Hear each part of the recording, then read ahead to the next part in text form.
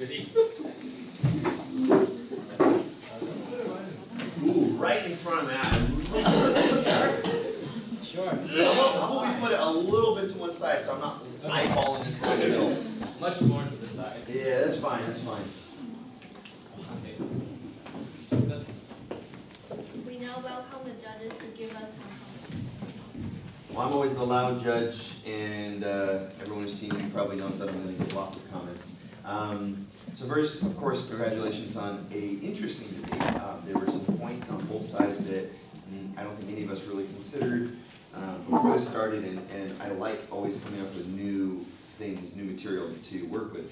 So I like that. Now, saying that it's close is an understatement for me. When I total up a total of 200 points, at least for myself, this is the second time in history for me I've had an exact tie for points. Now, that means, of course, this is going to be a bit of a split decision amongst the judges. Maybe a surprise to you, may not be, because I think both sides feel that they've distinguished themselves strongly in their aspect, and there are certain parts that I have to agree upon. I want to point out, as far as the biggest thing that's going to break your hearts is new arguments in the rebuttal speeches. Both of the rebuttal speeches had some really solid points that I was waiting to hear in like the cross-examination that were kind of missed but brought up later.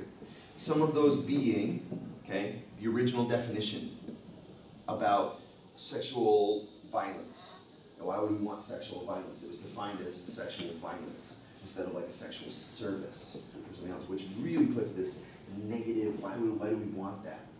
Okay, so it's like, semantics. Choosing the right word sometimes can get you into trouble, but I wish that came up a lot earlier because it was affirmative one, finally came up in the rebuttal. Another one, I kept thinking, if you're going to give out licenses to anybody who asks for it, who's going to control the gangs or the pimps or the prostitutes using a brothel? Because you're saying you're going to remove a brothel, and it was brought up later, what about pimps who control a prostitute? Prostitute just, hey, you, go get a license. Okay, come back here. You're mine. And so talking about, is that really going to stop a pimp if he's controlling prostitutes who now carry licenses? Now they have more protection because he can say, well, I'm just helping these licensed people, because there are businesses and umbrella companies and things like that. So pointing that out, again, pimps controlling licensed prostitutes as opposed to pimps controlling illegal prostitutes, what's the difference? Again, rebuttal, great idea, a little bit late there. Regulation of the license, that was hit time and time again, and to me that's a big point, is how are you going to regulate licenses?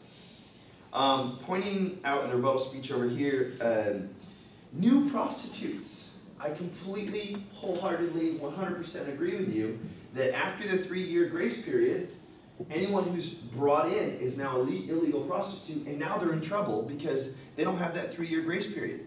What happens if the prostitute gets here the day before the grace period cuts off? She's going to be like, oh man, I'm stuck.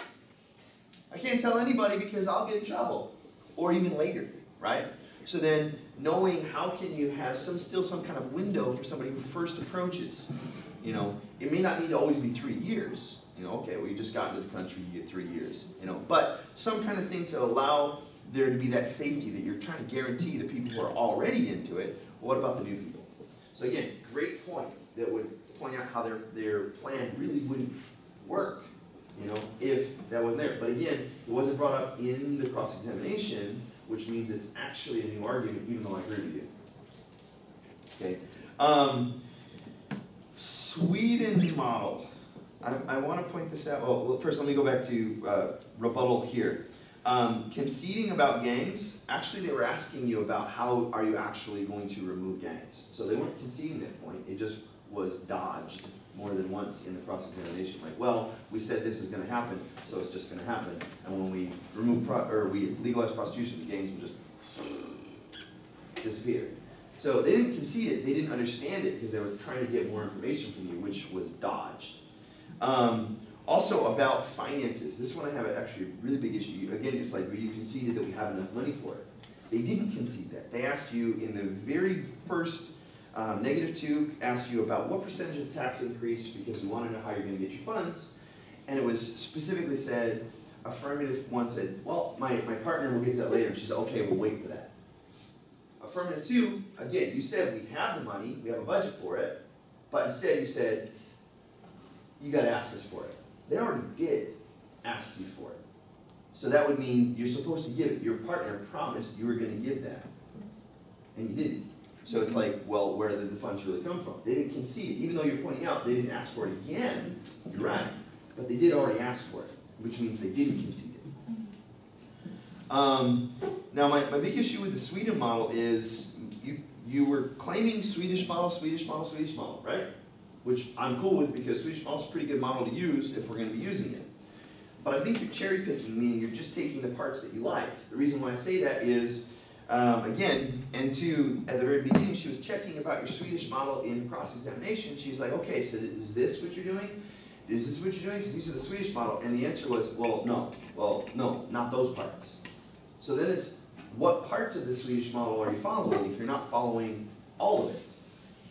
And it wasn't elaborated, it was, we're using the Swedish model. Okay, so if you're not using the whole thing, specifically state, this part's from the Swedish model, this part we made up, or this part came from somewhere else. Because if it's not the Swedish model, which it isn't, because you instead we're not doing that, what parts are you really doing? Specifically, the people being, the STDs, okay, just asking, annual checkups?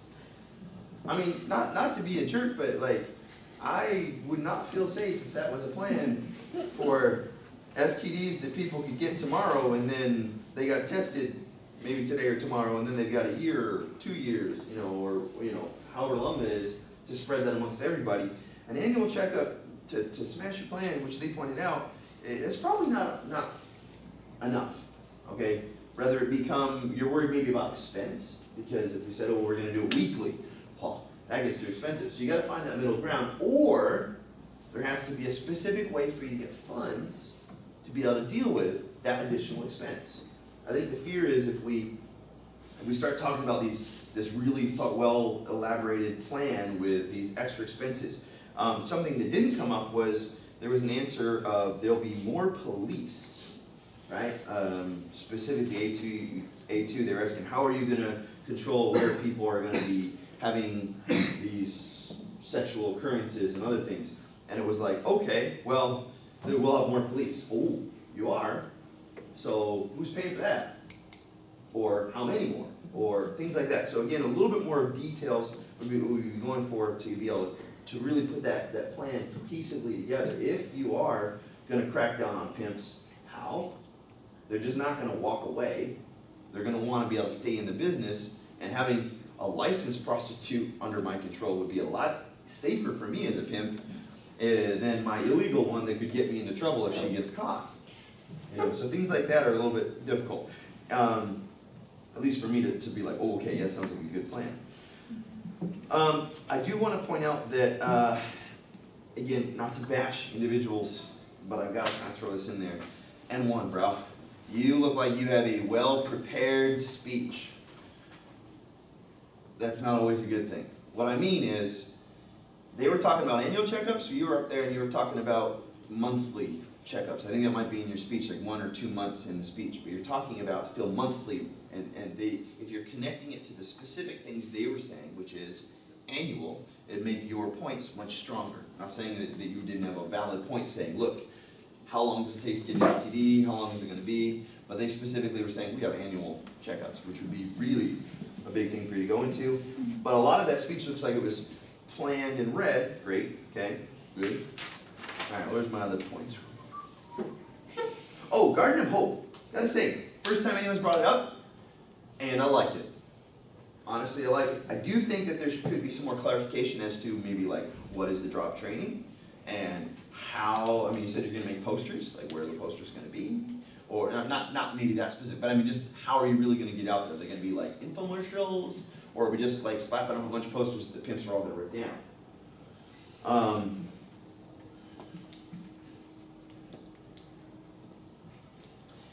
when being asked for evidence to bash some people on both sides, particularly when it was like, you need to know your own plan, rather it being what parts of the Swedish model you're gonna be following, or, you know, when you're specific, I think it was, if I quote, where's the quote? Okay, sorry, for you it was, give me a second, like constantly, give me a second. You know, it's like, do you know it, do you not know it? Okay, if it's your plan, please know it, all right? And again, not to bash people individually, just trying to, as a whole group, strengthen this. And one, it was like, do you have evidence for that? Yeah, we'll get it to you sooner or later. And it was like, your teammate, and particularly N2, who's got her speech coming up, so she's got to be getting ready for her speech. She's now like, not even really able to listen, other than to dig through the, sorry, I'm gonna get a sexist comment here. She's a woman, she can multitask. I forget that you have multiple skills, way better than myself. I could not dig through papers and listen to the speech at the same time, but you know, props to you to be able to do that. Cool, we can't do that. But anyway, being able to not put your teammates in a bind. That yes, they need to help you with evidence, but you need to know your own evidence too, okay? A lot of times, having multiple copies, and actually, if you don't want her to ask you a million questions, you're like, yeah, sure, give me a second. You know, you could do that and it would burn her time. She may decide she doesn't want the evidence, or she may say, give it to me later, you know, which is a way of controlling time, okay, which would have worked. But it still would burn through some of her time and not put your teammates in a bind. So there's goods and bads to both. I was thinking you were doomed and when you went up there because you weren't going to hear anything. You did an excellent job. All right. Both teams, I really, really liked how you were pointing out that the opponents were agreeing with you on certain parts. That's actually strengthening, actually both sides, that, hey, yeah, we both want to do job training. Hey, yeah, prostitutes want out. Or, hey, yeah, you know, all of these percentages. You're using each other's information, which is exactly what we want to be able to see. Now, who uses it better is always the question. You know, is it you really use better by saying, well, we have job training, well, we have job training. Okay, so who is it more believable that the prostitutes are going to continue to go to job training for? Honestly, it was more believable that the prostitutes would continue to go to job training for you, because after there's new prostitutes, they can't go there without getting in trouble, right? Now, initially, for the first 3 years, they're going to want to run to you guys for the first 3 years. So then it comes down to, well, who has the better job training? Who has the better options for the prostitutes? Long term, affirmative, you have it for the job training. Short term, prostitutes are going to be running to you guys if they don't want to be in it, because 85, I think it kept saying 85 or 89, something like that, percentage want to get out. Okay, and you're telling them there's an easy way out. They're going to be running to you. Okay, and it would probably have this prostitution problem, and then coming back, right? Whereas if your plan does work, it would slowly over time. So which has the better option? Stuff. Okay. All that said, we have extra comments? I'll sit down. Just for the result. They're just anxious for the result? Okay. I have some suggestions for you guys, more concrete suggestions for you guys. For the affirmative one, I think what bothered me most is that you don't really address details for your plan. I need a very concrete plan. Even the Sweden model, yeah, any kind of model, we were okay for that, but tell me more details. That's all the negative kept questioning, but we haven't really answered for that. And for the negative one, the question, the thing I really wanted to address is that since it is already the national competitions, is not the regionals, I think you should already adjust your script for you, because once during the national competition, if we are still questioning about what's your evidence, and this is not that interesting at all, because I think you were all well prepared that, but because the affirmative question, do you have evidence for that? Do you have evidence to show the Taiwanese culture things? That is only the first, because actually you didn't bring out the evidence, you know, yes. They might have, they gave it to Yeah, them. they given, but if this is the thing that it bothers them most, you have to come up with that, because especially for the moral things, not that the statistic, that you should make us more convincing. And about the little thing is very administrators about the job training. You guys keep fighting with the job and though mine is bad and yours is bad. I really don't know.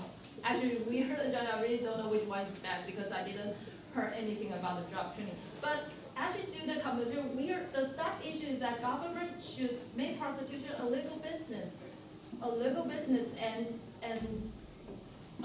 literally we want a proposition to become a local business. And you keep talking about other job training. That for me is very kind of weird. That why you guys why you should address more on the prostitution things. Why you just cover other things that, oh, we want to give them a higher education, make us think that, affirmative make us think that this is a visible policy, to make us think, no, it's forbidden, is the more issues that as the suggestion for you. So during the next round, please adjust more, yeah, okay. I have one more that I just thought of really quick that, well, marked, but I forgot to say, and that is, particularly that app you talked about. We're gonna avoid prostitution by just having one night stand hookups. I would suggest either A, find a way to regulate that, but the bigger thing is, wouldn't that be just a window that somebody could open? And be like, prostitutes are gonna use this to find clients? Isn't there a way, that you could find people using something like that? So anyway, just thinking about if you're gonna have an app to reduce sex by allowing people to have sex, it sounds a little bit like counterproductive for reducing. It sounds like it's opening a Pandora's box to get yourself in a little bit more trouble. But it wasn't pointed out, so it's not really a hurtful thing, I guess. Okay. For the affirmative, it seems that you are split all is very important. So I think you should give the judges and all the debaters more details about your split model. And for the negative, I think you can elaborate on what would happen after the 3-year transition. So the plan would be more complete. Yeah. I'm good with that. Okay, so we got the drum roll. Yeah, I'm not a drummer. My bad. Can't keep the beat. Just say it. Sure. We gave the victory to the negative. Negative 4.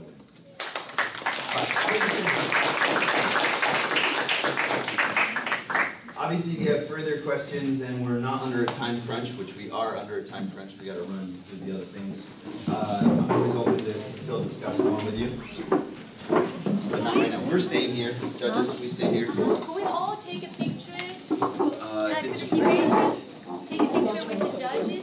Sure. Thank you. I promised I'd give